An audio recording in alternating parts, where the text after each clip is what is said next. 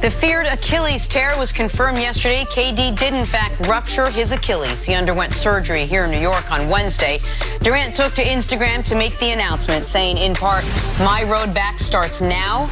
I got my family and my loved ones by my side, and we truly appreciate all the messages and support people have sent our way. Like I said Monday, I'm hurting deeply, but I'm okay. Basketball is my biggest love, and I wanted to be out there that night because that's what I do.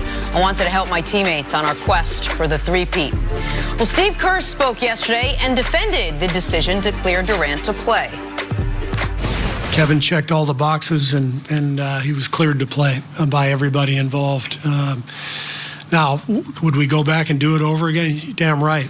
But that's easy to say after the results. When we gathered all the information, our feeling was the worst thing that could happen would be a re-injury of the calf. And that was the advice and the information that we had. And at that point, once Kevin was cleared to play, he was comfortable with that. We were comfortable with that. So the Achilles came as a complete shock. So it's devastating, mostly for Kevin, obviously. But we made the decision collaboratively with all the information that we had, and we thought it was the right one. Cece, tell me if I'm wrong here. I would imagine one of the things Steve Kerr said there, that the Achilles came into complete shock, was the thing that stuck out to you the most. You've been saying for well over a month now that a severe calf strain could very much, in fact, lead to an Achilles tear, which is exactly what happened to Kevin Durant. Yeah, this made me feel worse. This made me feel like Kevin Durant didn't have a chance. Of course he should have played. If no one told him that he couldn't blow out his Achilles, the worst I can do is hurt my calf. Oh, man, I'm getting ready to play. Of course. I mean, everyone surrounded me. His agent, business partner, the team doctors, an outside consultant, a doctor. Like, I really feel bad for him because it's just as simple as this. He got bad advice because I tore my calf. And I know, I talked to my therapist yesterday, tore my left calf, 3 weeks later, tore my right calf. And I knew every time I went onto the field, and I told him, man, if I jeopardize my career and I tear my Achilles, I'll kill you. And he said, Chris, I'm going to clean up your calf. I'm going to clean up your knee. When you go on the field, you're going to have full confidence to know you're not going to tear your Achilles. And I said, is it on the board? He said, no, not if you get everything cleaned up.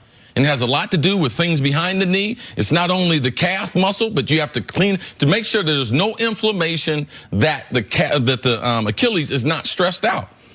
So I really feel bad for Kevin, because he didn't get the opportunity to make the right decision. Even though he thinks that he might have gone out there, it's nice to give him that information. It'd been nice for someone to sit down and be level set and be like, are you willing to jeopardize free agency in less than 30 days? Are you willing to jeopardize a max contract to tear your Achilles? This is not an ACL. This is a torn Achilles. Like, we have not seen players come back and be better with a torn Achilles. We've seen people with ACL come back and be better. Explosive, powerful. Yeah, you can do that. So I really feel bad for him. And this was a long time ago. And I know modern day medicine has advanced itself, but my trainer still works with some of the greatest pitchers in baseball, greatest wide receivers, athletes in the world, NBA players. He was treating people yesterday while we were watching the show and said, Chris, this is a crime right here.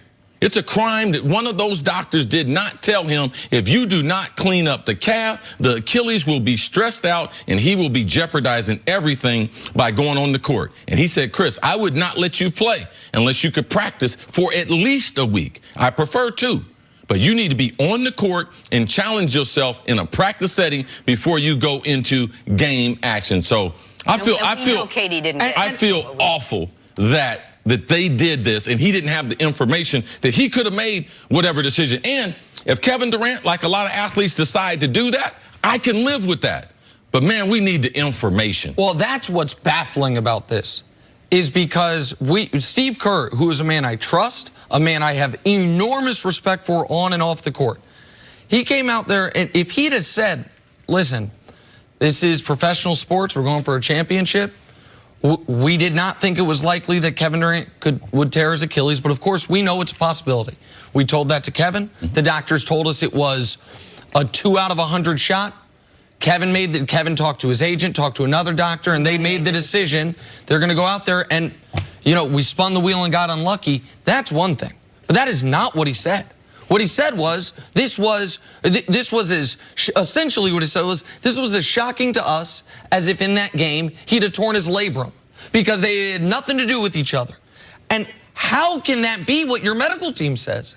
How can that be the information he gets when, again, to make the point, Chris, without ever talking to Kevin Durant, said 30 days ago, be careful, don't play. I don't think we'll see him again. Why would we not see him again? Chris, they're going for a third straight championship. He could tear his Achilles. The morning of the game.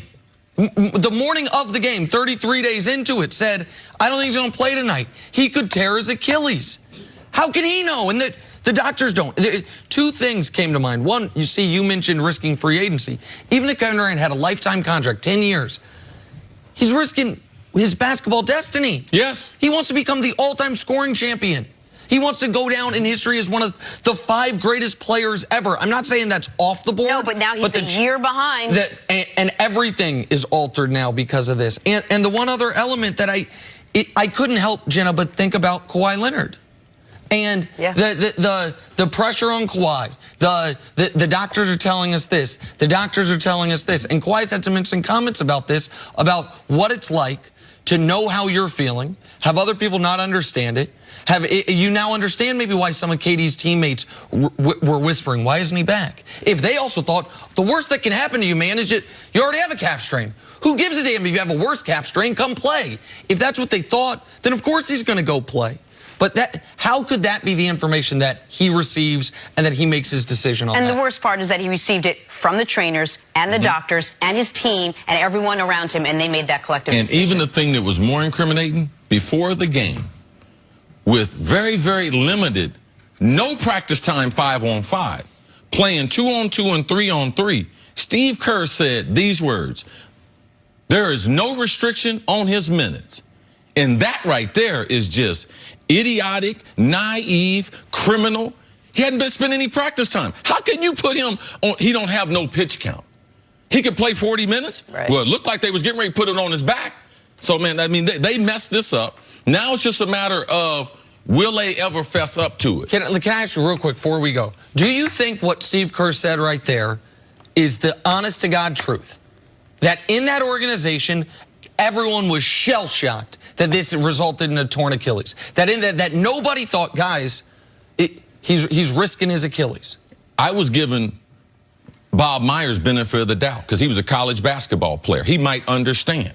But for all of them, and Kevin's independent doctor who said there's no chance of him blowing out his Achilles, I can't believe that 5 people, a couple medical, all these people claiming his business partner, I expect him to be wrong. Right, Kerr played, Myers played, the doctors. I just don't know how they botched it. They botched it a number of ways, and the only way now is to be able to cover it up compared to saying, oh, we messed this up, because they did. Especially when you see him out there 12 of the first 14 minutes of the game, having not really practiced all week. All right, take a break. Coming up, will the Warriors force a Game 7? That is still ahead. This is first. Productivity from their guards. Kyle Lowry, yo, homie, let's get you on. Danny Green, 2-game absentee. All right? Listen, if you want to get your first championship for the country of Canada, tonight is the way to do it. And the guys that have won, they said there's nothing like winning on someone else's court. I'm going to add a different X factor for Toronto. Remember how we've talked about the Warriors, if Iggy makes shots, you lose? Yeah. If Pascal Siakam makes shots, the Warriors are going to lose. The Warriors have made the decision. We're leaving him open. We're just going to leave him open, and we're going to guard the other guys. He has had some great open looks that, honestly, since Game 1, he just hasn't been able to hit. If he makes shots tonight, the Raptors are going to be celebrating. I believe Van Vliet will be back. Oh, yeah. The way we saw him the first 3 games of the series. Gained a baby, lost a tooth. Moving on to Anthony Davis. Lakers and the Celtics seem to be your front runners right now. LA. An extension with the Knicks. The only true player, Anthony Davis told his agent, I want to be with the Lakers. It's the only team I'll sign an extension, and that will dictate where he goes. All right, moving on to Kyrie. Busy day for him yesterday. He reportedly opted out of his contract with Boston, ensuring that he'll become a free agent. He also reportedly moved on from his longtime agent and design Roc Nation, who coincidentally also reps Kevin Durant.